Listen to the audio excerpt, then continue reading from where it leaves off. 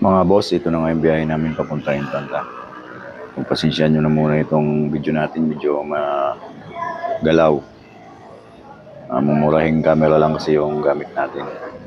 Kasalukuyan nga namin binabaybay itong Marcos Highway mga boss. Ito yung unang kalsada na dadaanan natin kung galing tayong Metro Manila papuntang Marilaki. Sa puntong ito mga boss ay magkahalong excitement at tuwa ang ating nadarama kasi sa unang pagkakataon may sasama ko si Mrs. sa Infanta.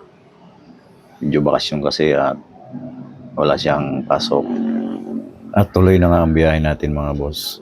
Nasa una namin ang aming co-founder, si Premonitan at ang kanyang Mrs. Inmax po ang motor nila. Karamdam namin ang kaligayahan ng bawat isa kasi alam mo naman sa Marilaki ay maliban sa napakagandang kalsada, ay bighani ka rin talaga sa napakaganda nilang tanawin. At isa pa sa nakaka-excite ay ang muling pagsama-sama ng grupo. Isa pa doon ang pinaka masarap ay ang pagkain sa Infanta, lalong-lalo na yung sariwang isda. Na libre lang binibigay ng pamangkin ng isa naming founder. Aming founder si Primo Mike, may mga pamangkin siya doon mga isda at binibigay sa amin ng libre ang isda.